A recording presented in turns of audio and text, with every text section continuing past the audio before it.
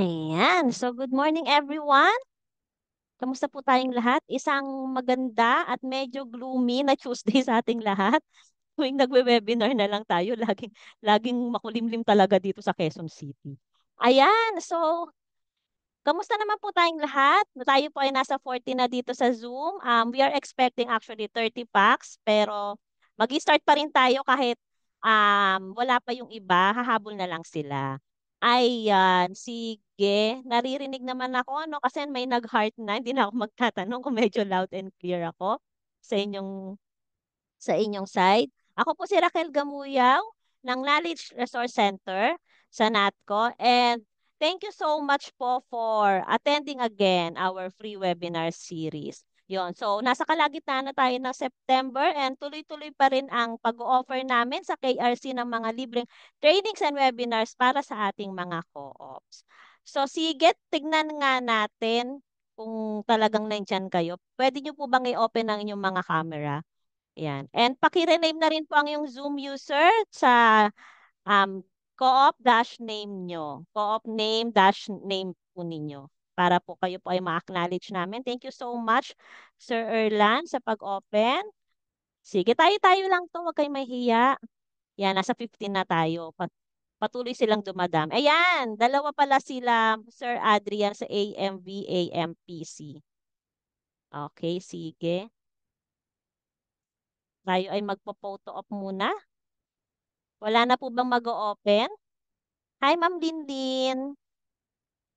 Si Sir Val, Hilario. Mamaya marami na tayo. So mamaya meron pa tayong after shot naman. After shot. Parang bakuna lang. Hello, Ma'am Cecily ng MEMCO. Regards po kay Ma'am Nor. Hello, Sige. ma'am. Buenos Saka si dias. Sir, saka si Sir Richard Torlao ng MEMCO din. Okay, sige, ano tayo. Hello, sir. Mag-print screen muna ako.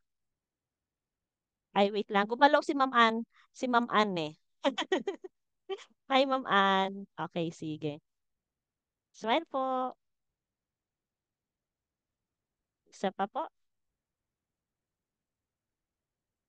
Ayan. So, thank you so much. Kung kaya po ng camera nyo mapanatili ang bandwidth ng internet, sige lang, open lang tayo para naman masaya tong webinar natin bilang kunyari tayo talagang nagte-training talaga tayo. Okay, sige. This time, ang topic natin is inclusive membership reaching marginalized sector through cooperative. So, kung saan madidiscuss natin paano nga ba tayo makaka-reach ng mga iba't ibang sektor na medyo parang pakiramdam natin nag-aalangan, tama ba? Nag-aalangan or parang meron silang doubt or meron silang ibang mindset regarding co-ops. 'Yon. At meron tayong mga ine-expect for today. Tignan nga natin kung ano yung mga nilagay natin sa ating registration form. Ayun. So, meron tayong column doon sa registration form kung napansin nyo, ano ba yung mga expectation natin for today's webinar.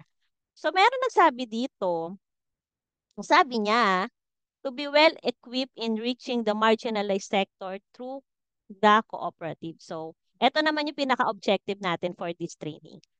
And then, meron pa, ito natuwa ko dito kasi parang, I feel you, kung nandito ka man, to know more strategy that I can use in achieving targets.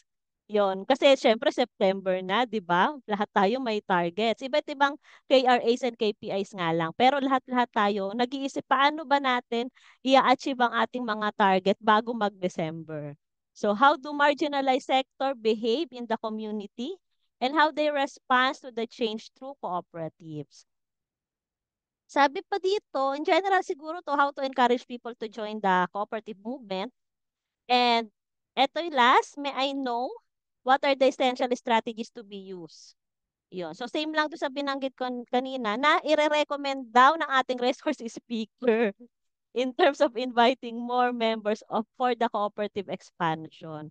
Sige, I hope na take down to ng ating resource at feeling ko naman magkakaroon siya ng magbibigay siya sa atin bilang siya po ay galing sa isang malaking co-op na dito sa Pilipinas. Sige, hindi na natin ito patatagalin dahil 1 oras lang ang ating pagsasamahan para makarami tayo. Papakilala ko na po ang ating resource speaker for today. Wait lang, mag-admit muna ako. Ayan. Sige po. Ayan. He is a certified trainer on the effective conduct of PMES for cooperatives under DCCO and a trained financial wellness trainer by NATCO. He actively promotes inclusive programs at DCCO that empower members, particularly those from marginalized sectors, with expertise in cooperative development, nawala. Ayan, digital communication and member relations. He continues to contribute to DCCO's missions of uplifting lives through excellent financial and allied services.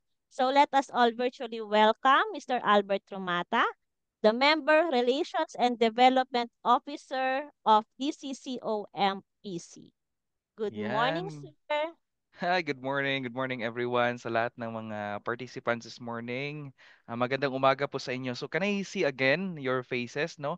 Baka may mga iba dito na nakasama ko na sa mga training, sa national training. So hello yung mga batchmates ko siguro for yung ah, PMES, no? Effective conduct of PMES, and of course, yung ating financial wellness. So thank you so much kung nandito kayo ngayon because I invited them. So I'm also excited, no, na mag-discuss ngayon about inclusive membership, no, through cooperative. Kung paano natin ma-reach yung ating yung nasa sector, no, different sector ng ating komunidad. So I also seeing here doon sa mga attendees natin na meron dito mga board of directors, merong CDS, may mga branch managers, no, mga member relations supervisor, specialist, marketing, no, ang dami-dami natin dito. Meron din mga officers, no, bookkeeper. So ang daming meron din dito from research and marketing. So marami tayo ngayon na parang iba-iba yung participants natin. But our focus here, based on our training objectives, is meron tayong apat, no? Una yung define inclusive membership, paano natin i-define kung ano ba talaga yung magiging kumbaga inclusive. Paano tayo maging inclusive doon sa ating sector, sa lipunan, no? Pangalawa, alamin natin kung sino ba yung mga marginalized sectors na at ano ba yung mga barriers nila kung bakit merong hadlang kung bakit hindi sila nakasali sa cooperative. Pangatlo naman, pag-uusapan din natin yung mga benepisyo na pwede nating maibigay. Ano yung mga mahalaga at paano makakatulong ito sa ating kooperatiba sa bawat komunidad. And of course, yung panghuli ay magbigay tayo ng mga strategies and action plans para sa effective at kung paano natin ma-reach yung ating ah, community. No? So malinaw lang ba yung aking voice? No? So okay lang. So for those na nakikinig lang dyan na hindi kayang mag-on ng camera, so okay lang po. Basta at least stay tuned sa ating discussion. So by the way, once again, I am from DCCCO Multipurpose Cooperative, located in Visayas, Dumaguete City, Negros Oriental. So baka may maka-observe sa inyo na yung accent ko parang ang tigas kapag nagtatagalog. Normal yan for Visaya. I think, ay, Ma'am Helen is here. Yeah, she's with us. Hello, Ma'am Helen. Thank you. So ngayon, continuous tayo dun sa discussion. So since naibigay ko na sa inyo yung objective natin, so let's proceed dun sa concept of inclusive membership. Okay, so ano ba yung mga concept? So first, let's have the core definition dun sa concept na kapag sinabi nating inclusive membership, ibig sabihin ay bukas ang cooperative sa lahat ng taong kayang gumamit ng serbisyo ng co-op. Ah, at willing sila na tanggapin yung responsibilidad nila bilang a member. So, yan yung nakasaad doon sa inclusive membership natin as definition means voluntary organization open to all persons. So, ito yung they're also willing na accept yung membership, 'di ba? Hindi naman during the PMES, no? In-encourage talaga natin na parang hindi talaga pino-force natin yung isang tao na mag-join ng cooperative. But other way around is rather than forcing, pwede nating i-encourage. So by encouraging them, through education. So pwede natin silang turuan kung ano ba yung mga purpose talaga, ano ba yung ginagawa natin sa kooperatiba, ano ba yung kaibahan nitong kooperatiba than other business entity.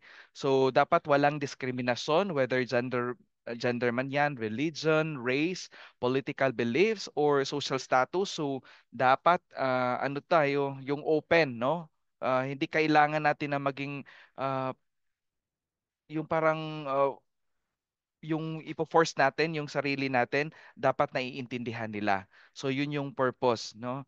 I understand na meron tayong mga targets, no? Meron tayong gustong i-hit, no?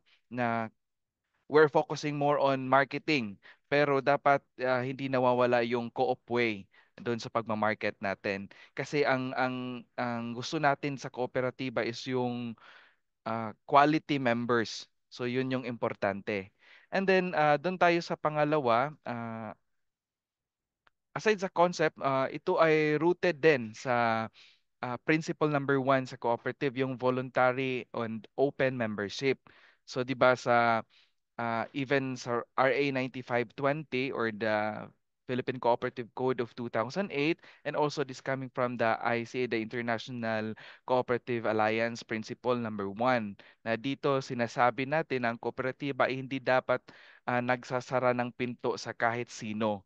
So of course, I understand na mayroong mga co-ops here siguro na kasama natin ngayon na hindi pa sila community-based. Pero meron tayong mga pagkakataon na pupunta din tayo doon kasi even we're not in yung open membership, kumbaga yung halimbawa hindi pa tayo open for community, pero yung serbisyo natin, especially yung ating community development na mga engagement, pwede rin natin siyang dalhin talaga sa community. Sila yung magiging beneficiaries natin in terms of our community engagement, kasi doon tayo, kumbaga pinapakilala natin yung ating sarili as a cooperative in that community. So parang hindi natin ililimit lang dahil close yung co-op natin, hindi natin ililimit lamang doon. Pwede tayong mag-extend pa rin ng ating help to the community. That's answering also the seventh principle, the concern for the community. So yun tayo, doon tayo papasok. Okay? So pag sinabi natin kooperatiba ay, 'di ba sinabi ko kanina hindi tayo nagsasara ng pinto kahit kanino. Basta kaya nilang makiisa or tanggapin yung responsibilities nila as a member. So yun, pwede talaga silang maging parte ng ating organization. So dito naman tayo sa pangatlo or yung tinatawag nating beyond compliance. Okay, so true inclusivity goes beyond more compliance. 'Di ba? Meron tayong mga sinusunod na mga ah, batas, no? Na dapat ito yung mga ginagawa natin sa cooperative. We're compliant to the mandate of the CDA. We're following the Republic Act 9520 kung ano yung mga kailangan nating gawin. Pero it's about actively identifying and dismantling barriers para makapag-participate naman yung mga nasa laylayan, also known as nasa communities natin. Pero alam nyo, hindi sapat na sabihin natin na open tayo, no? As a cooperative, kailangan active tayo at parang tinatanggal natin yung barriers natin to the potential members. Halimbawa, may mga gustong sumali sa isang kooperatiba pero wala tayong or sa atin, no? Sa co-op natin, pero wala silang like walang pamasahe na pumunta sa opisina, o baka naman hindi sila well educated, hindi kayang magsulat, hindi kayang, pero nakakabasa sila pero nahihirapan silang magsulat, parang ganun. And then lalo-lalo na sa mga forms natin na minsan complicated yung ginagamit nating forms, hindi siya parang friendly to the community. So dapat isa din yan sa i-consider natin, yung mga membership application form natin, hindi tulad ng mga membership application na nasa karamihan, no, na parang ang hirap intindihin. So dapat simpler yung ano, yung approach, yung design, parang ganun para at least mas hindi naiilang yung mga potential members natin, especially nasa ano sila, nasa community. Okay? And then yung forms na meron din kasing iba na hindi sila literate, no? Hindi literate. Doon nakakabasa, nakakasulat, pero hanggang sa pangalan lamang nila or nakakaintindi sila pero hindi gaano kalawak yung pag-iintindi nila. So dapat yun yung i-consider natin kasi isa yun sa mga barriers na natatakot sila na mag-join or parang stigma or parang iniisip nila na magkakaroon ng discrimination. So hindi natin yun ipa-feel sa mga members. So ang example ko doon, way of practice din namin. So kami mismo yung pumupunta sa community talaga. So hindi man purpose of marketing or kumbaga parang nagre-recruit na kayo agad.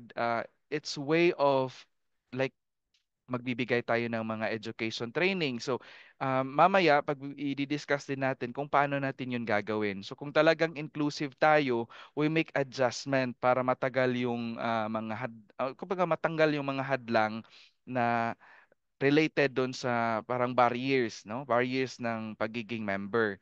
So, yun po, beyond compliance. And then, dito naman tayo sa ano ba yung mga marginalized sectors na parang lagi, no? Lagi na parang naiiba or para silang yung nagkakaroon ng barrier, sila yung mga madalas na iiwan o hindi naririnig ng mainstream or nasa ekonomiya at society. So, I understand na may mga areas pa talaga dito sa Pilipinas na kahit sabihin natin na sa area nyo is ano na kayo, inclusive. Pero meron pa rin kasi naiiwan talaga sa community. Halimbawa dyan, yung mga small scales of farmers, no? May mga farmers tayo, lalong-lalo na si farmers na ang observation kasi namin based on study na yung mga farmers, lalong-lalo na yung lalaki, hindi talaga yan pumupunta ng opisina kasi they're focused on yung growing their business or kumbaga yung pinagkakakitaan nila. And then yung mga fisher folks. So isa din yan na focus sila doon sa fishing, so sa trabaho nila. So wala talaga silang time na pumunta sa opisina. So alam ko na yung mga yung mga small scales na sinasabi ko kanina, yung farmers, fisher folks, meron yung mga organizations. Kasi alam ko na yung government natin, meron din counterpart, especially yung DSWD, Department of Agriculture, at kung ano-anong ahensya ng gobyerno na nagbibigay ng mga tulong doon sa mga small scales natin na farmers and fisher folks. So pwede naman silang naaabot ng mga tulong. Doon tayo papasok. We will partner with the NGOs, GOs na makapagbigay tayo. Pwede naman na through education like yung financial education kasi yun naman ang focus, 'di ba? Mostly sa atin sa cooperative, we're venture into credit and savings. So paano ba tayo ah, pasok dun sa mga potential members natin? Through financial education. Kasi 'di ba yung unang-unang purpose if we're venture into credit and savings, ang unang-unang purpose natin is to uh, teach thrift and savings, encourage savings. Extend loans naman yung pangalawa nating purpose if needed, no? So doon tayo papasok. Alam ko na may mga target tayo na release, target tayo of membership, no? We have to balance kasi hindi naman pwede sa lahat ng panahon na focus tayo doon sa targets natin pero we're not answering the yung mission natin, 'di ba? Common mission natin sa cooperative is to uplift the quality of life of our members, 'di ba? Yun naman yung mga purpose and yung common na mission natin. So, dapat yan ay nasasagot natin through the membership. So, dapat hindi natin sila naiiwan. So, even as a big co-op, meron pa rin ganyang mga challenges na wino-work out talaga namin kung paano namin ma-answer yan. So meron din ibang sector aside doon sa farmers and fisher folks, meron ding mga kababaihan, no? Lalo na yung male-dominated sectors and then persons with disabilities. Oh, and then mga seniors or elderly, no? Kabataan, lalo na yung mga unemployed, out of school youth. Okay? Meron din tayong mga indigenous peoples, no? Formal workers, I mean informal workers tulad ng tricycle drivers, mga street vendors. So, meron din tayong mga urban poor. So, yan ay hirap nila. Ang challenge talaga sa kanila is wala silang time na pumunta sa atin. So, tayo yung gagawa ng paraan. Yan yung magiging challenge sa bawat cooperative, kung ano yung mga strategies ninyo. Kasi hindi naman pwedeng ituro sa inyo na ito yung gagawin kasi iba-iba naman tayo ng parang community. So, kayo, alam ko, nakikita ninyo yan kung ano yung mga challenge, ano yung mga problema sa bawat communities. So doon kayo papasok. Unang-una naman talaga, 'di ba, bago tayo magbibigay ng tulong, we really have to identify kung ano ba talaga yung problem, 'di ba? So yun naman through study, research, yun yung unang-una nating gagawin. We have to identify first yung mga recipients natin. And then pangalawa, that's a time na gagawa tayo ng action. Doon tayo papasok kung ano ba yung mga possible nating solutions for their problem. Okay? And then aside from that, merong internally displaced persons or mga refugees, no? Merong ganyan din. So dapat meron tayong program. So, i-identify nyo yan bawat co-op. Kung ano yung mga communities ninyo na kailangan ninyo ng ah, kailangan yung tugunan. Hindi naman ibig sabihin na lahat yan gawin nyo agad kasi kami hindi naman namin nagagawa din yan lahat, no? Isa-isa. We have to focus. So, mas maganda nga yung ngayon we're i-share ko na sa inyo. Meron kaming gagawing study or about the adapt a community. Parang ganun na set up. Pero tinitingnan pa namin kung ano yung mga possible. Kasi kung when you say adapt a community, in a community, marami mga problema. No? So, ano yung mga strategies, ano ba yung gagawin natin for that community? Pero kapag hindi pa kaya talaga yung adapt a community, pwede naman na by sector talaga. Unahin natin, balikan natin yung sa ating focus ngayon na by sector. So, unahin nyo muna ang sector. No, para at least isa, at least meron kayong nami-meet na isa. And then, hindi talaga siya iiwan kapag hindi naging successful. So, and then, ito yung mga common na barriers. So, i-discuss ko sa inyo yung mga common barriers. Bakit sila nahihirapan na pumasok sa atin or yung mag-join sa cooperative. So the common barriers are yung economic barriers.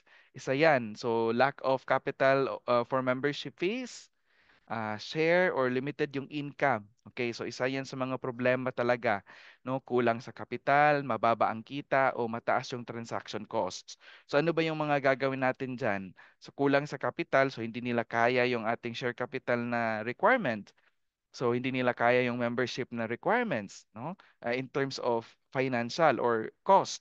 So pwede naman natin gawa ng paraan 'yan na parang for this certain sector na partner ninyo na sector in the halimbawa sa isang barangay, napasok na ninyo yung barangay na 'yan, meron na kayong na-identify na sector. Pwede naman na halimbawa yung capital ninyo is malaki. For example, 1,000 yung capital, kumbaga. So pwede naman na parang i-lesser ninyo na parang tingi-tingi yung pagbayad nila for the capital. Pero considering that focus lang kayo dun sa sector na yon, no? Wag ninyong i-encourage na yung other sectors also will copy because you have an agreement, no? You have adapted that sector na yun yung magiging agreement nyo until na silang lahat magiging members. So, ganun. So, parang magkakaroon talaga ng initiative bawat sectors. So, isa din yan yung uh, graph, geographic barriers, no? Malayo sila sa opisina.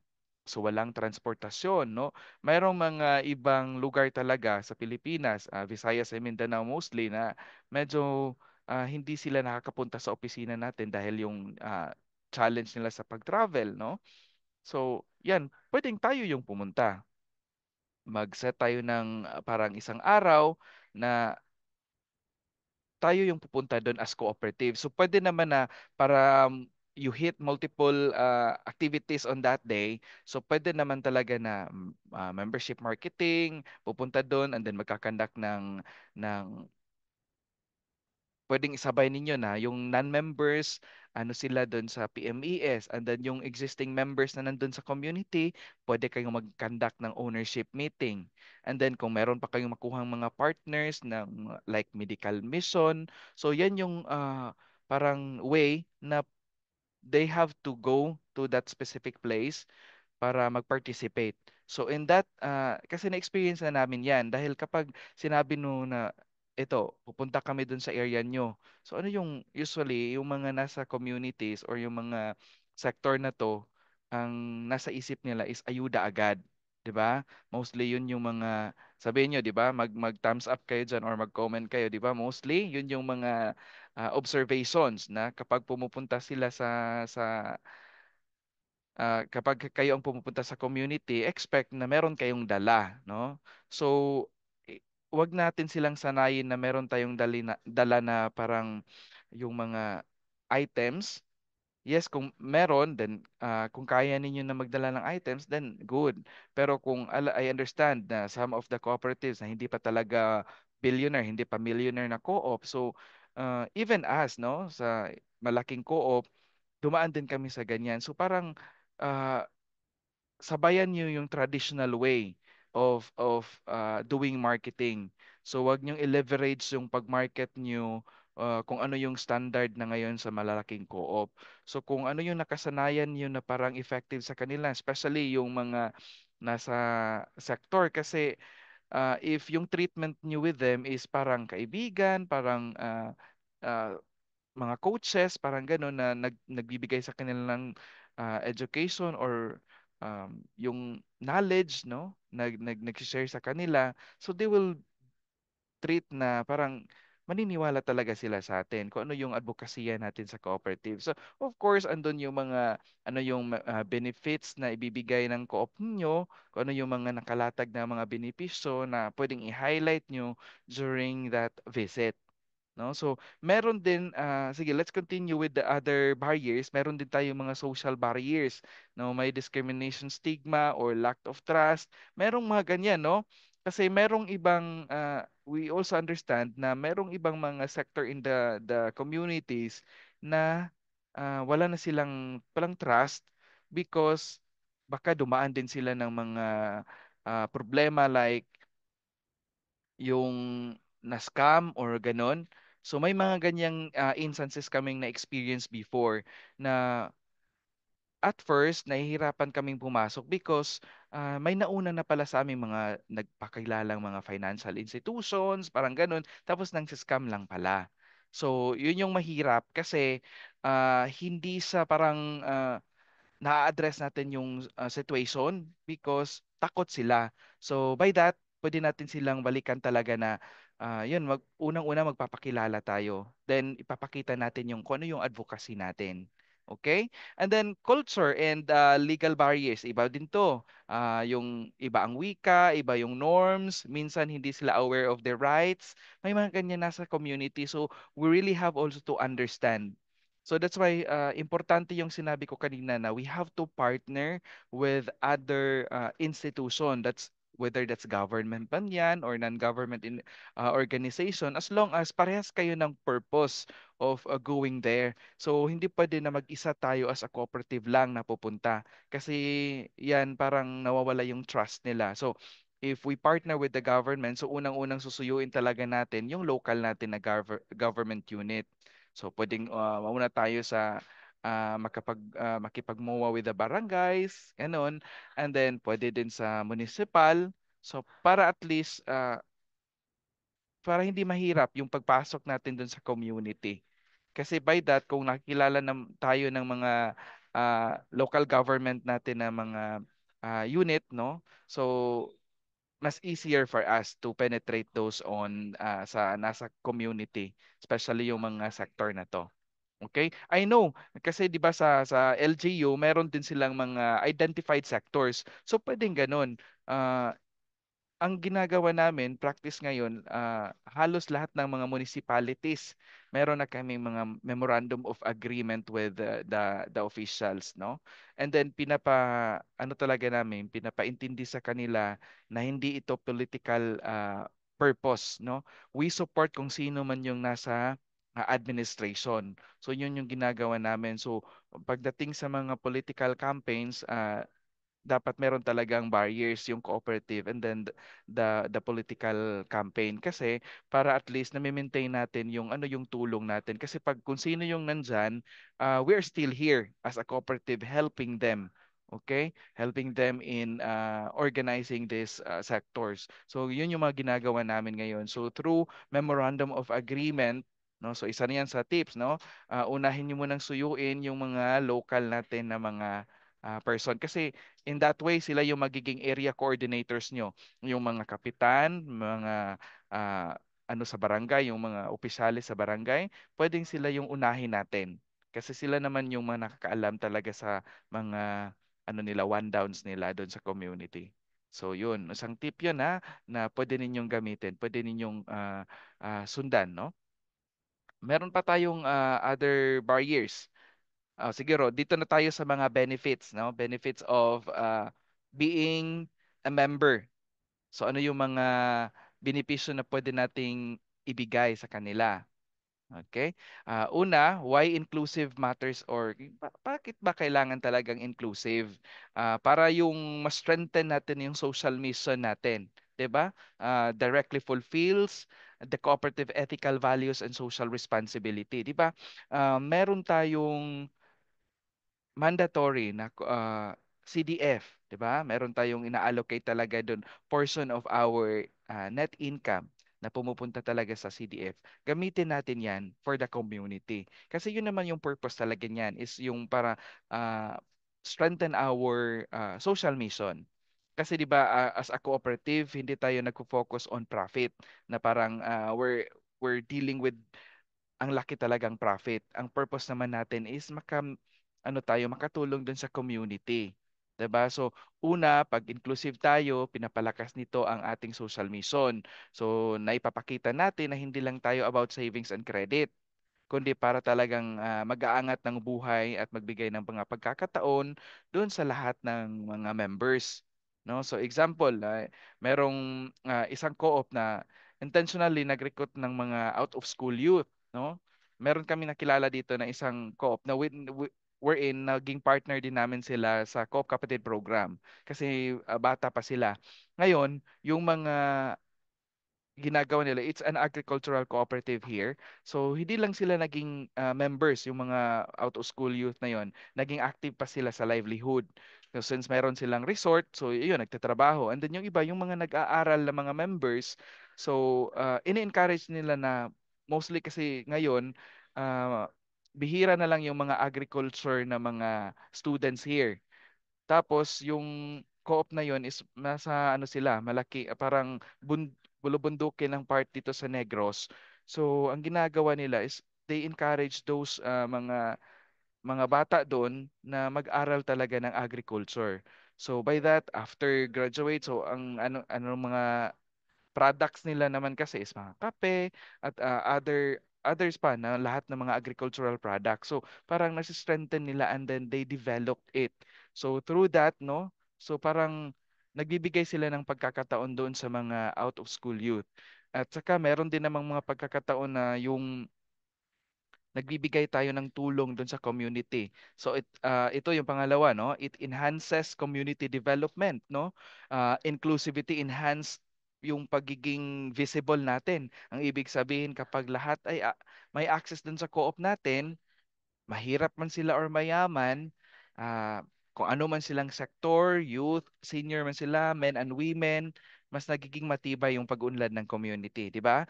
Kapag parte sila ng organization talaga na hindi lamang focus on mindset of credit yung meron sila. So, yun din yung maganda. I will also encourage na during our PMES as also yung ito na yung parang dapat standard natin na hindi lamang dapat baguhin natin yung mindset ng mga potential members natin. Kasi I know na pumapasok sila, especially if we are in the credit and savings, nagjo-join sila sa atin para mangutang. But 'di ba yung unang-unang purpose natin is to encourage thrift and savings, no? Uh, 'Di ba ang purpose na matulungan sila is to have a financial education. No, paano nila ima-manage kasi yung loan, posibleng yun lang yung result of their needs, 'di ba? Meron silang yung mga cardinal rules of borrowing, 'di ba? Part of that na meron silang mga iniintinding mga problema na sa pera, no? So they decided na mag-join na lang ng kooperatiba para makautang. Pero hindi naman yun talaga yun yung isa lang sa parang purpose natin. So, kapag nag-include tayo ng mga marginalized na sector directly, nakatulong tayo sa poverty reduction. Bakit? Kasi nagbibigay sila ng access, no? Nagbibigay tayo ng access dun sa savings. Okay? Pangalawa, yung credit if they need it. And then insurance, may mga trainings pa, no? So, um, we also have to enhance or parang um, focus tayo dun sa financial education. So, isa din yan sa sinisimula namin ngayon. Hopefully na magiging ano sa talaga, yung successful siya in 2026 going up na parang lahat ng members mag-undergo ng financial literacy program. Okay, so yan yung mga pwede siyang maging series na ganito, yung event, and pwede rin siya na parang community-based. Pero sa ngayon, during our ownership meeting, ini-include na namin yung financial education. Okay, so part na talaga siya ng module ng ownership meeting namin, yung financial literacy. At saka for onboarding program, for those nga mga first loan takers, they will undergo parang updating na kung saan nandun naman yung loan management. Okay, so parang in-incorporate namin yung mga financial literacy program or yung modules ng literacy program dun kung ano dapat yung mga products na ina-avail nila. Okay, for savings naman, ando naman yung ating wealth building na mga purpose. Okay? At higit pa, okay, going back dun sa ating enhances community development, no, na-expand din natin yung market, no? Yung ating uh, andun sa market, pangatlo, yun yung ating pangatlo, no? Inclusivity helps expand the market and foster innovation. So, tandaan natin na bawat bagong member na pumapasok sa co-op, may dalang sariling skills. So, meron talaga yung skills sila, merong perspective at unique needs. So dapat na nai-enhance natin 'yon. Especially dito natin i-strengthen yung ating business development program. So kung wala pa kayong BDS program, we will help those members na meron, especially kung meron silang mga maliliit na negosyo, we will help them na parang bigyan sila ng tulong in terms of education, training, no? Marketing of their products, linkages. So yun yung mga ginagawa namin. So meron kaming mga beneficiaries ngayon to our business development program na service, no, para sa mga members na tulungan sila. Hindi lang focus on loans na binibigyan sila ng o pinapautang sila ng kapital, pero minomonitor sila para matatrack natin na nagpa-progress yung kanila mga business.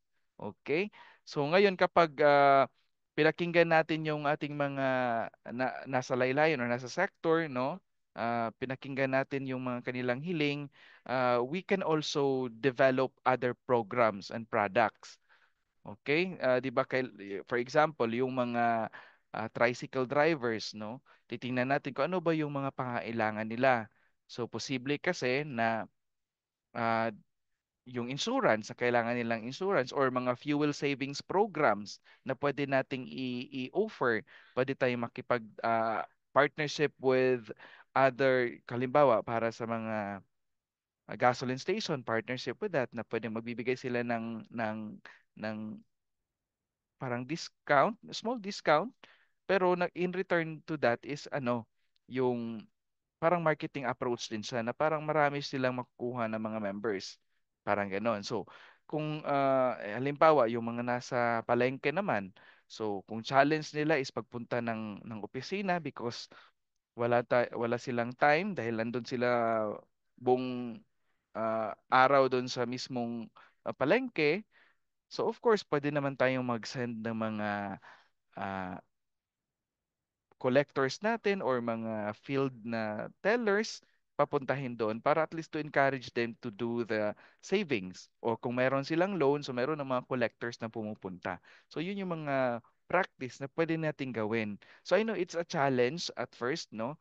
Kasi balikan natin yung sinabi ko kanina na ang gusto natin is yung member na yung quality member. So kaya kung maliit pa yung cooperative nyo, maliit pa siya, focus kayo on quality members.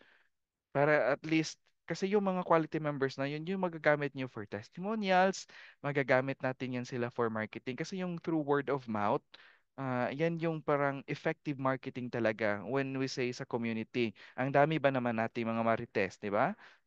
Sa atin, di ba? So, sila nakakatulong yan. Kasi kapag maganda yung serbisyo na nakuha nila sa atin as cooperative, kung ano yung purpose natin, yan, nagre-replicate yan kasi sila mismo na yung para magre-recruit ng other members.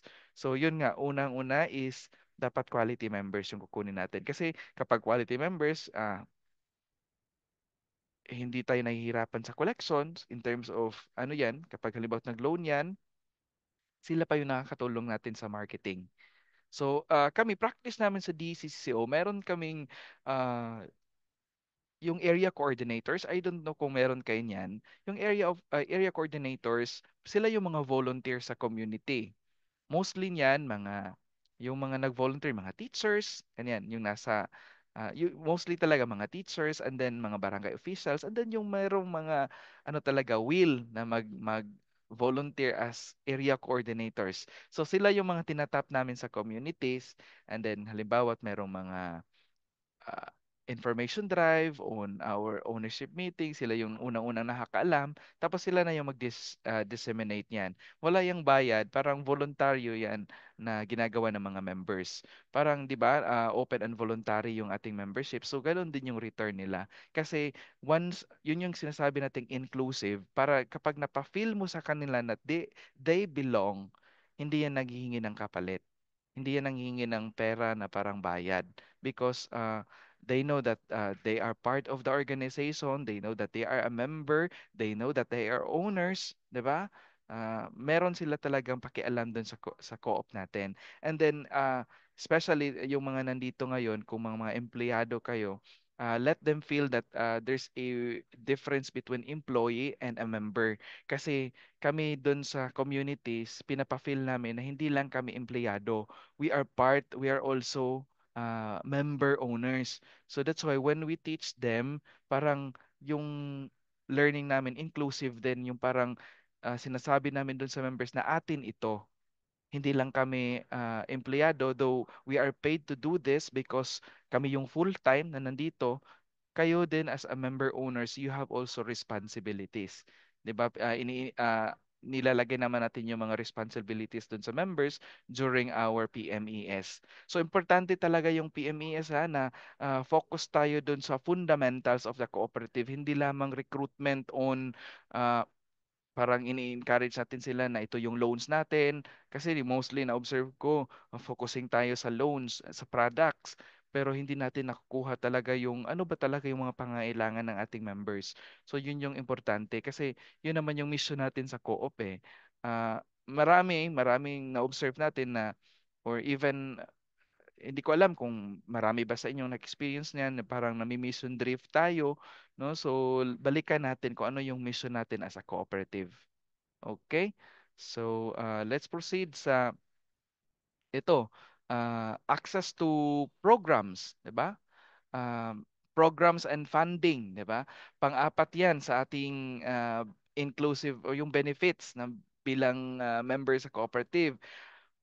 Kasi kapag nasa co-op tayo, meron tayong mga open yung ating doors for program and funding, especially kung mga partners in the government implementation of projects. So merong mga pagkakataon ngayon, I'll give you an example. Ngayon yung Department of Labor and Employment, di ba may budget sila for the community. So they want to partner with a cooperative with us, no? They partner with us para dun sa pag-implement. Kasi alam nila na si cooperative meron ng identified na mga beneficiaries or yung sectors in the community na pwede nilang bigyan ng kanilang project.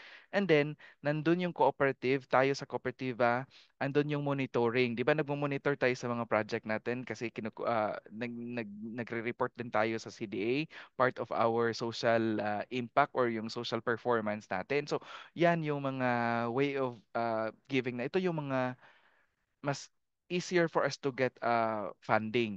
Pero kung malaki na kayo or billionaire na kayo na cooperative na hindi nyo na kailangan ng funding from other uh, non-government organization ba yan or government ba yan? So pwede na kayo na talaga yung mobilize ng inyong ng fund.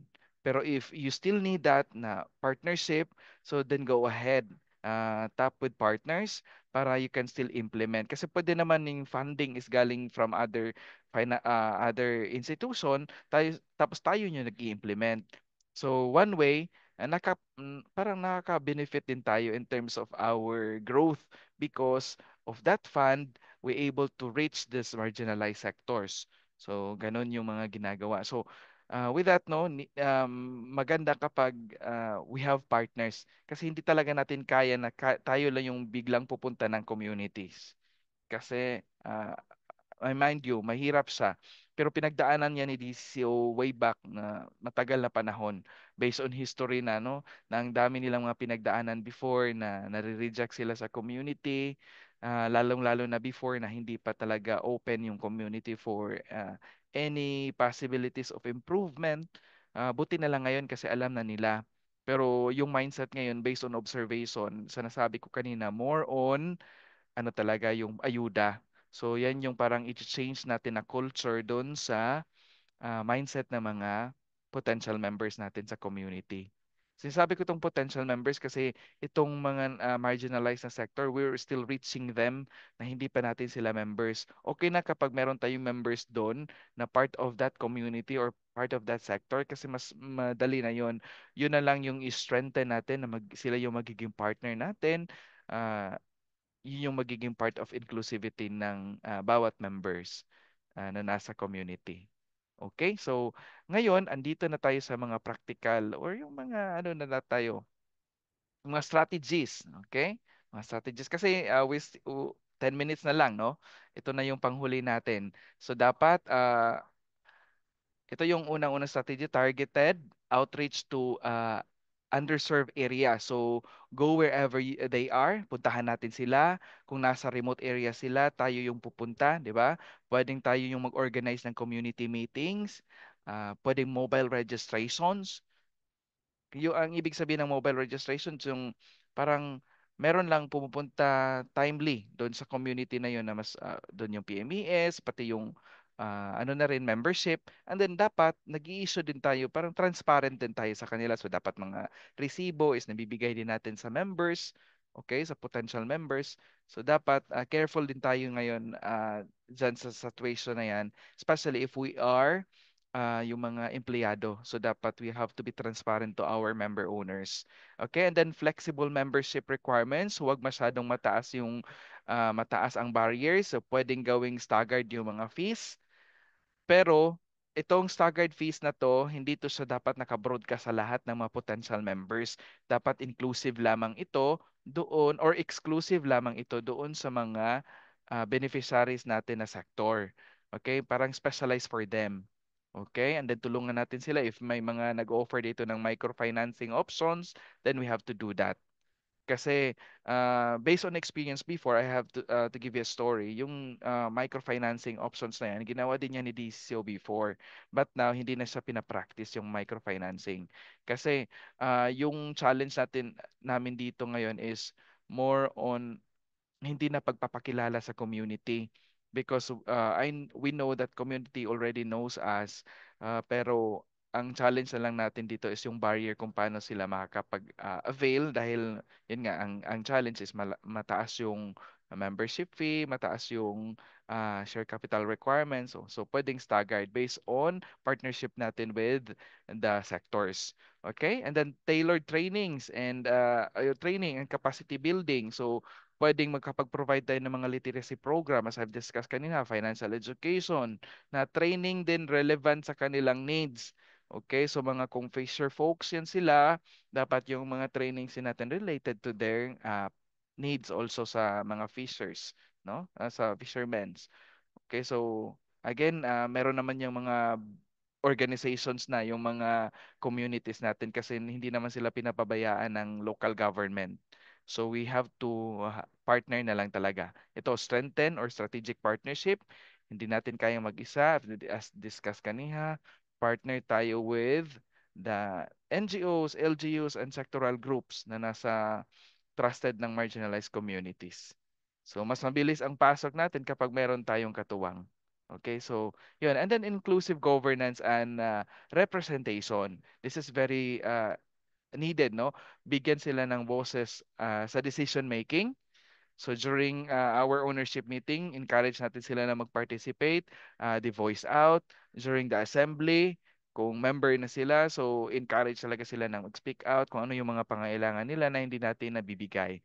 So ano yung mga gusto nilang mangyari sa cooperative. Of course, iniiwan naman natin yung decision making yun. I mean yung parang pag-finalize niyan with our board of directors. At least nakaka-capture natin yung ano yung mga pangailangan nila. Especially yung mga nasa sector, trainings. Yun, importante talaga yung training sa kanila. And then, hindi lamang dun sa trainings, yung monitoring. Importante ang monitoring. Kasi, for example, for BDS program, namomonitor natin yung growth nila. Okay? Sige, so I know limited lang ang time. Hindi na ako nakapag-ask ka inyo ng mga questions or engagement, no? Kasi limited yung oras natin for 1 hour. Para sa akin, gusto ko one day ito. One day na discussion. Si Ma'am Helen nag-smile, no? So, yan, one day discussion dapat. Pero sige, given this opportunity, anyway, bibigyan naman kayo ng mga ng copy nito ng ating materials, no? I know Ma'am Raquel will provide. And then dito tayo sa action planning, no? Action planning, I want you to ano na lang per co-op. So ngayon, let's make it practical, no? Pipili tayo ng isang marginalized. So ito yung sabi ko kanina na hindi dapat na buong community, no? Kasi mahihirapan tayo niyan. So okay lang kung malaki na kayong cooperative, ang dami nyo ng workforce, so pwede yung ganon. And then kung meron talaga kayong specific department like membership and community development department na pwedeng hahawak nun. Pero kung wala, specific sector lang muna. And then identify nyo kung sino sila, ano yung mga specific needs and barriers nila. Kasi yung barriers, dapat sa kanila yun nanggaling, ha? Yung barriers na based on their need na. Okay? 'Di ba kanina na-discuss natin yung ano yung kadalasan nating na-observe, pero hindi lang pala yun yung kailangan nila. Okay? Or yung barriers nila. So, paano ninyo sila maaabot? So, yan, yung mga questions. So, i-take note din itong questions na to because this will help, okay, during your research. Kasi hindi naman basta-basta napupunta lang tayo doon without knowing them na, kasi unang-una, pag pupunta tayo doon, just to do the research and ano lang muna, study. Then, pag na-identify nyo na yung mga needs nila, that's the time we will go there as a team, as a group, or partner with other providers na magkakandak na tayo ng actual. Okay? At kung sino ang pwede ninyong maging partners. So, yun yung i-identify ninyo. So, mag-brainstorm lang kayo at ito yung gagawan nyo ng action plan. Okay? So, yun lang muna. And then I know we still have 4 minutes. Baka may mga dagdag pang questions later. So, we will entertain. Maximize natin yung 1 hour. Okay, so bago tayo magtapos, gusto ko pong mag-iwan ng reminder na ang inclusive membership ay hindi lang charity. Hindi ito tungkol sa pagbibigay lang ng yung tulong, no? Dapat ito ay mutual na benefits, meaning people helping people help themselves. So dapat sila ay nagtutulungan din. Kasi yun naman ang purpose eh. Tayo lang ang drivers of the this kanang activities, no? Na tayo lang yung nagda-drive sa kanila that they will help each other. Again, let's change the culture na kapag nag-member sila ng cooperative, loan lang yung iniisip nila. Okay? Helping people help themselves means member of the cooperative works together to support one another but not in a way that creates dependency. So yan. Instead, the help empowers each person to become self-reliant, self-sustaining, and capable of improving their own lives. So, yun lang man yung importante to answer our mission na kapag i-uplift natin yung quality of life ng ating mga members. Okay? Sige, I'm good. Thank you so much. No, I know kulang tayo sa oras. So, I'll give it to you, Ma'am Raquel. Baka may mga question pa sila. Para akong nagra-rap dito, no? Hopefully, mayroon kayong nakukuha, no? Kasi ang dami kong sinasabi, pero I don't know kung nasisink in sa lahat. So anyway, you can ano naman coordinate with me. Yes, parang consultant din. So now, Ma'am Raquel, sa inyo na yung time. Yes, thank you so much, Sir Albert. Ayun, actually marami talaga kami nakuha sa isang oras, 'di ba? Nagsusulat nga ako kanina eh. Yes, Sabi yes, ko yes. ganun, nakakatawa naman to si Sir Albert. Talagang napopromote niya yung PMES namin kasi sila yung batch 1. Actually Oo, kasi nagkanda kami nag-training kami ng effective kanda ka PMES last July ba yun, Sir? July, no? July, July, yes po. August, oo, katapusan. So, ang daming umattend and hindi pa namin nalalabas yung aming batch 2.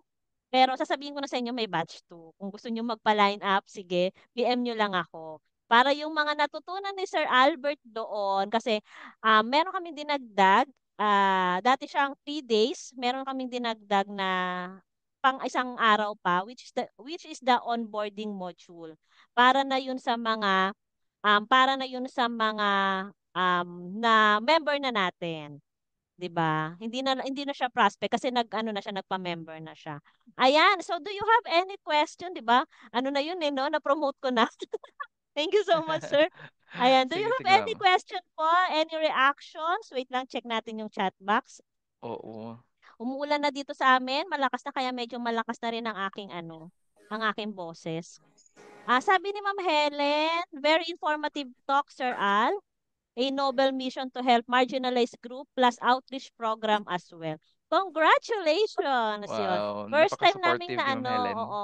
First time naming na-engage si Sir Albert. Nakita ko yung potential niya during the PMES training nga. So sabi ko, sige nga sir, try natin, ma-reach natin makuha natin kahit konti yung lesson natin doon. Ayan. Yes, ma'am. So meron pa po ba kayong mga questions? Do you have any May insights isa para question lang ako, Ma'am sige. Raquel. Sige, Ma'am Sige. Helen, go ahead po. Hi, good morning everyone. Congratulations, Sir Albert. Ang ganda nung information today. Ang question ko lang, I know BCCO is a very big cooperative. I think you have 200,000 members. Members. Oo. Oo. Yung ang ganda noong kasi usually sa mga co-op, mga quality members lang talaga ang naririnig ko na nagiging members. Mahirap din kasi, very challenging din kasi yung kumuha ng mga marginalized groups. As a Yes. big co-op meron pa ba kayong target or may limitation kayo na kasi parang in a way parang magiging liabilities yung mga hindi ba or challenging yung mga marginalized group. Meron ba kayo dyan target na groups or numbers or limitation sa sabihin na nating pag-recruit ng makakuha ng marginalized group members? For example, let's say 100 lang or 200 kung in proportion to your big co-op. Parang Okay. ganun ba? Kasi kung para kung iisipin mo magiging challenging siya dito ba? Oo. Sa amin, ma'am, yung ginagawa namin is more on yung areas lang. Depende kasi yan sa branch. Halimbawa, si branch, ito yung mga sector na nandun sa kanila. So, pipili sila ng isang sector lamang muna na parang ifo-focus nila and then iilang barangay. Hindi Mm-mm. pwedeng lahat eh. Kasi kapag na-sustain na nila and then naging effective na yun for that specific location, that's pwede nilang i-replicate.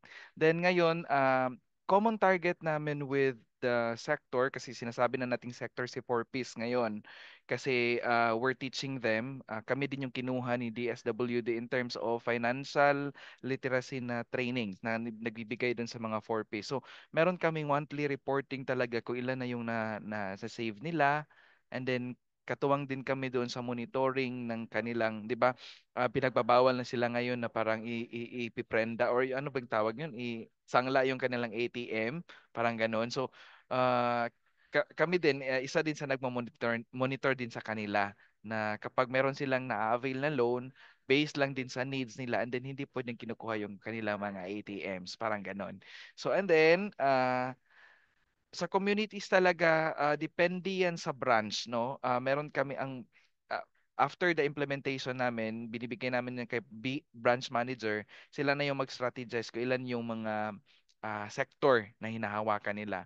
So, pero meron, ang common namin is for elderly, men, women, PWDs, kasi di ba si PWDs meron ng mga strong talaga na sector in the community, in partnership with DSWD. So kami support kami doon kung sa mga trainings.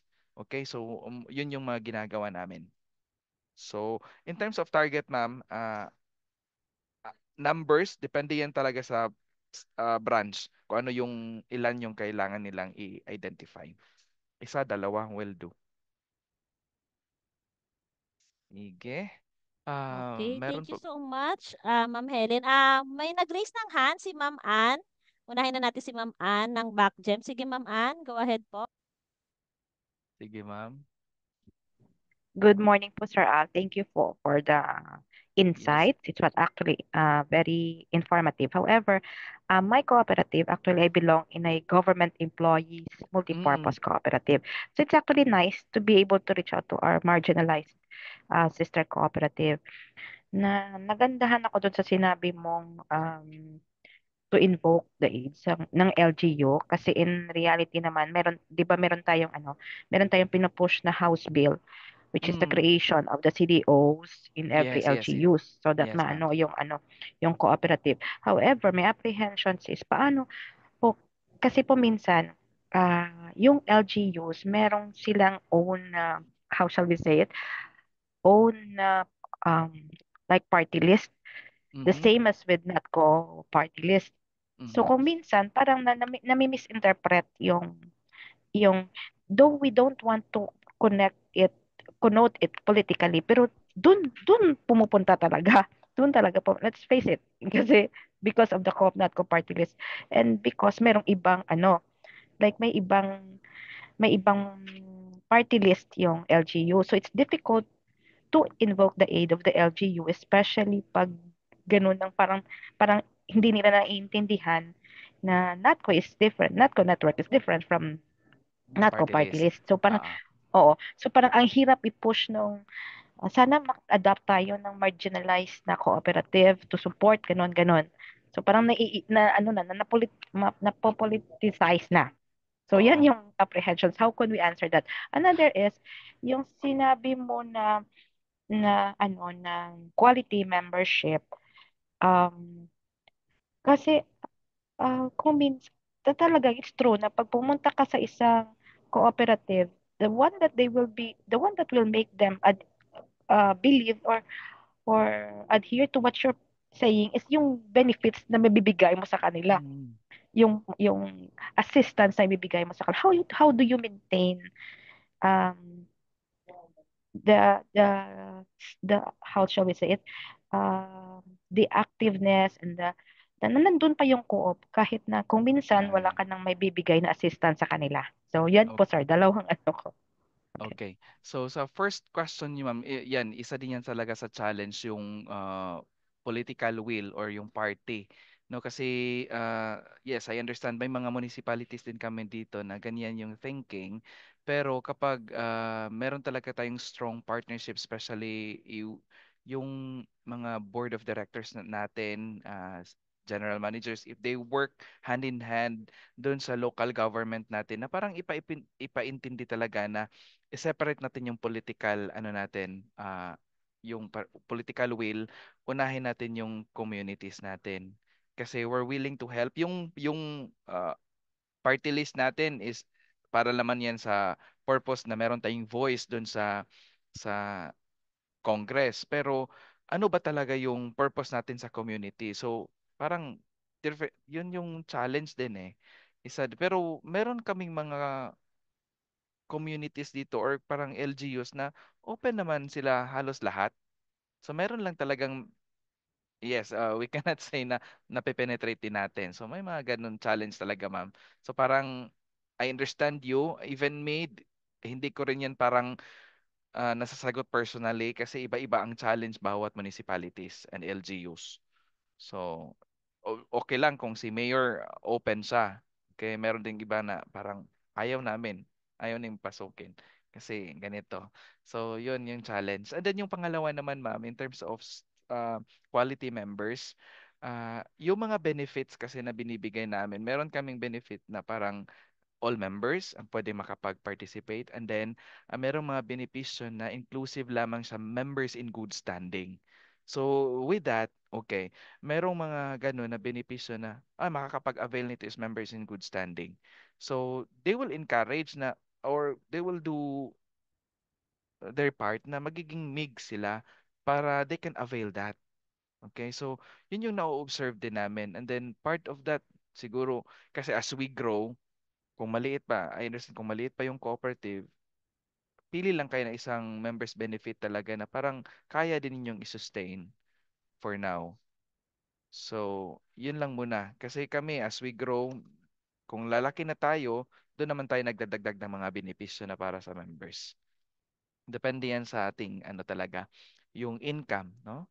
Kasi during the ownership meeting, yan yung pinapaintindi namin na kapag good standing sila, yung participation natin, ma'am, for economic participation, 'di ba? Kapag ah, good sila na members lahat, nag-i-improve tayo. 'Di ba? Nag-improve tayo sa cooperative. Kasi kapag hindi nila galingan yung performance nila sa bilang a member, doon tayo bumabagsak. So, pag bumagsak tayo, hindi tayo nag-earn, so hindi tayo makapagbigay ng benefits. So, what will happen? So, magdi-decrease yung membership natin, nag-terminate sila. So, dapat sa kanila pa rin nanggaling, ibigay natin sa kanila as a members kung ano yung responsibilities nila.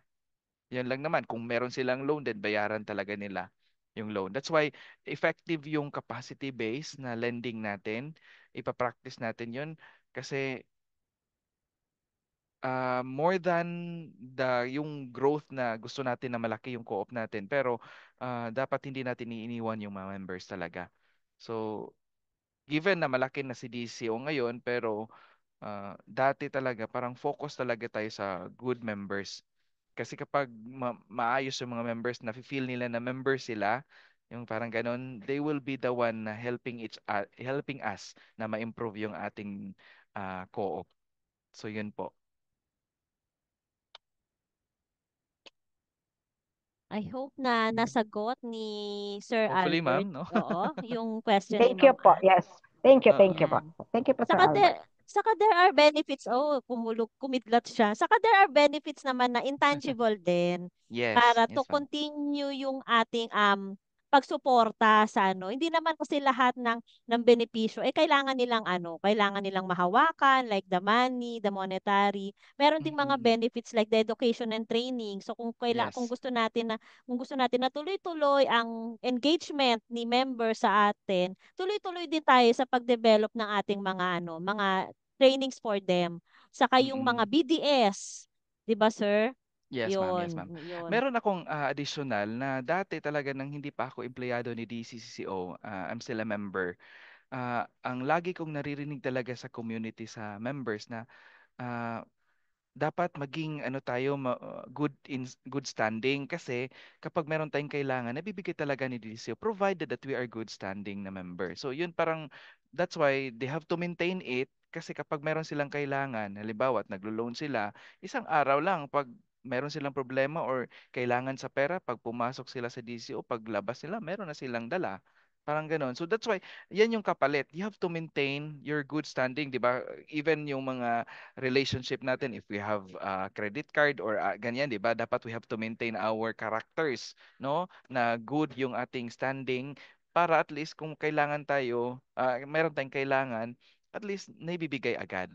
Parang ganun. So, yun yung ini-encourage namin. So, gandang ano talaga sa financial literacy din na program. So, yun yung i-encourage natin. Si Ma'am Helen is ano namin, batchmate ko yan sa financial literacy program ni NATCO. So, ngayon, ini-implement din namin yan. Part yan sa ownership meeting para pinapaintindi namin kung ano yung responsibilities ng members. Kapag hindi nila ginawa yan, ano yung kapalit? Ano yung mangyayari sa atin? Parang ganun. Sige. Okay. Tapos And yung oo, ownership na parang alam nila na hindi lang sila member, they own. yes. Okay, may-ari sila. So, dapat maging maayos yung performance. Pero sabihin natin kasi sa situation namin nga nasa 50 to 60% lang din ang MIGS. So meron pa rin talaga kaming 40% na Diyos ko Lord, for 200,000. So, meron pa rin talagang, ang dami pa rin good, not good standing. Anyway, ang not good standing, hindi naman in terms of delinquency, hindi, meron lang other criterias kasi iba-iba naman tayo ng mga criterias in terms of good standing. So, yun yung pagbabasihan. Okay, Okay, sige. thank you so much. Last Mhm. na si Ma'am Rowena, nakawit na yung kamay niya. Kanina po siya naka-resign. Sige, Sige, Ma'am ma'am. Rowena, go ahead po. Yes, good Pero, morning okay. po. Sige Obrena po. Franco po from Dinalupihan Multipurpose Cooperative. Sige.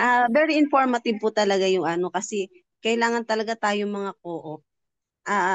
Ang talagang bibigyan nating serbisyo yung nasa ibaba, Yes, yes. po ba? Kasi talaga sila yung nangangailangan.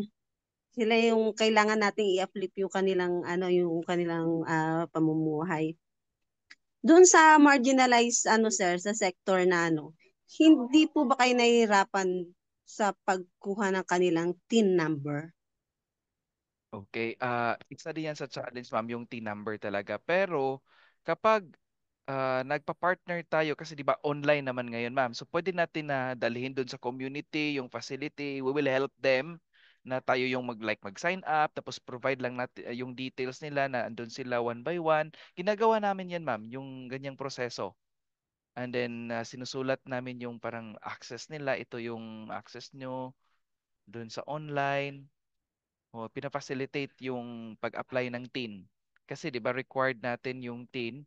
So kami na yung tumutulong dun sa mga nasa sector. Especially yung mga farmers at saka fisher folks. Ang dami naming fisher folks ngayon, ma'am, na partners.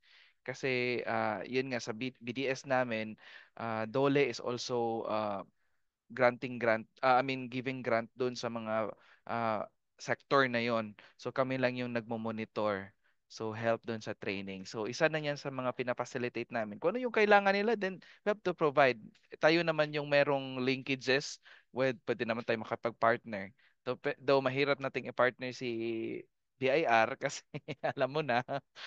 Doon tayo sa other way naman na ano ba yung mga ways. So, since online naman sila, then we will facilitate na will help Mm-mm. kasi meron naman tayong mga gadget, kaya naman natin dalhin yung internet dun sa kanila kung kailangan. So pwede naman tayong ganun yung mga assessment or assistance na ibibigay natin sa kanila. Opo, thank you sir. Sa kaya sana ano yung matanggal na yan yung requirement na TIN number. Okay. Parang hindi, ma'am, kasi kung diligent lang tayo dun sa BIR talaga, parang requirements siya para sa tax exemption ka. Kasi para nila Mm. ma-identify na itong mga taong to, party to ng co-op na exempted sa tax. Yun naman Mm. talaga yung purpose dapat na I don't know kung nag-ano sila, by heart of doing it, pero supposed to be yun yung kailangan. That's why we require the TIN para ano natin implement natin yung tax exemption. Malista yung ito yung mga members na exempted for the tax. That's why we have to have a TIN. TIN. Oo, 'di ba nasa law din yan, ma'am, na dapat Yes, bawat sir. Pilipino meron ding TIN. Oo, so 'yun. Thank you Sige. sir. Sige si Ma'am Ann, baka meron pang idagdag. Baka hindi na yung question, ma'am, baka ano na yan, point na idagdag mo.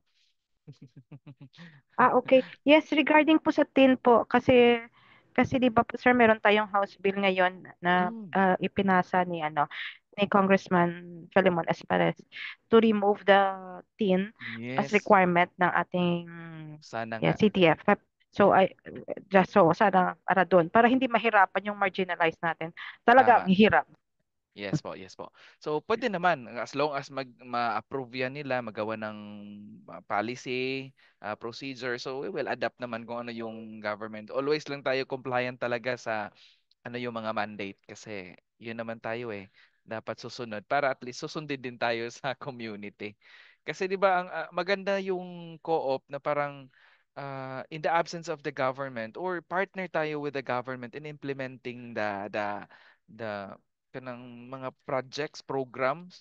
Kasi yun nga sa 'di ba sa discussion natin, hindi naman natin kaya lahat talaga. So we have to partner with them.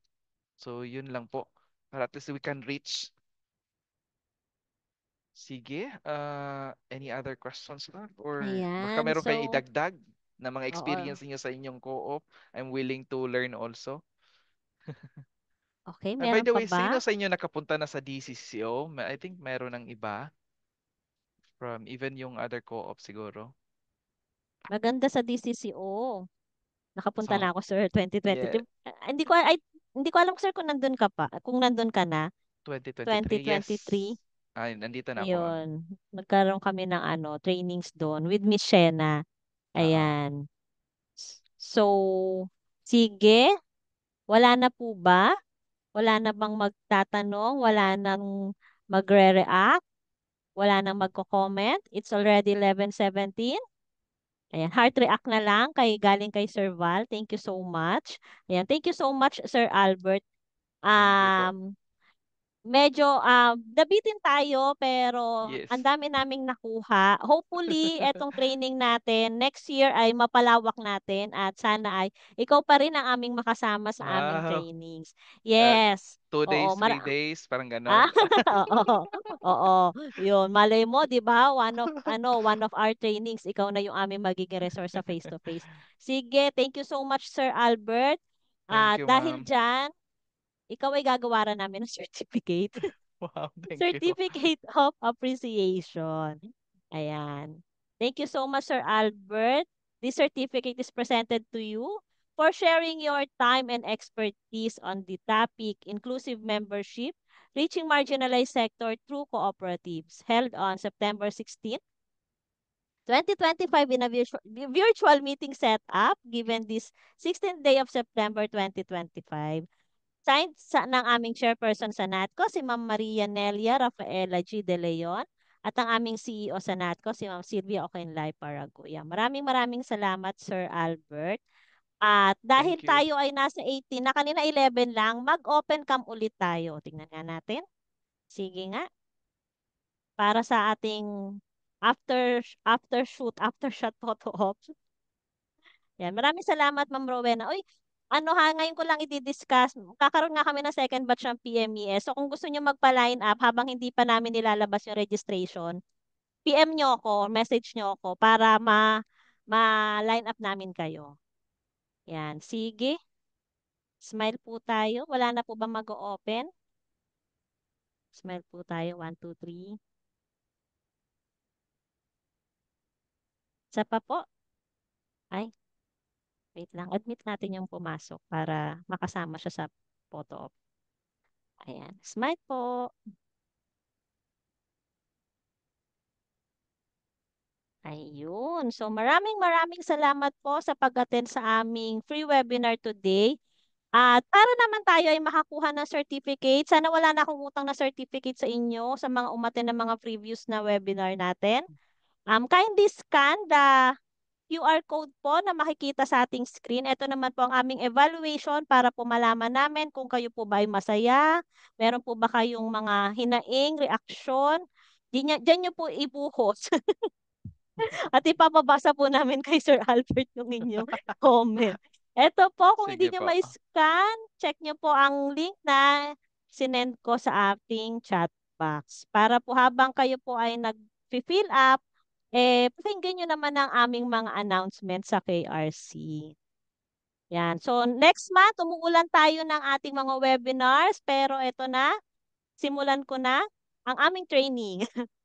So, on October 15 to 17, we are inviting you po sa aming Leadership Bootcamp na gaganapin po sa Laccent Hotel, Quezon City.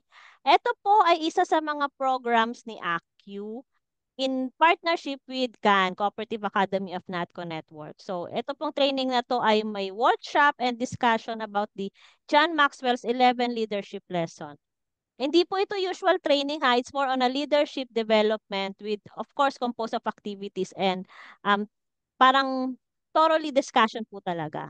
So, pwede nyo pong i-scan ang registration form na nasa screen at i-chat ko rin po yung chat box. Ay, i-chat ko rin po yung chat box, yung registration link para po makita nyo po yung details. At kung interested po kayo, fill up nyo na lang po sa aming form. Okay? So, next po, Next training po, ayan. So meron po ulit kaming free webinar on September 25. Ito naman po ay more on, sabihin na nating HR, Fundamentals of Drafting Standard Operating Procedures. Ayan. So, sa September 25, 4 to 5 p.m., bago po kayo umuwi, attend po muna kayo sa amin. Para po, bago kayo umuwi, may bago kayong kaalamang mabibitbit. Ayan. Ma'am, Second I have run na, question, ma'am. yes po, sir. Yun sa fundamentals of drafting standard operating procedure, ano yan? Pag HR lang siya, ma'am, no? Pero Oo, sir. parang I Pero think pwede naman. applicable din sa kasi kami, Mm-mm. nagda-draft din kami naman ng operating procedure bawat department based on your mga policies, di ba? Yes, Policies, sir. procedures. Oo. Oh, sige. So, pwede Oo. naman. Oo, Sige. sir.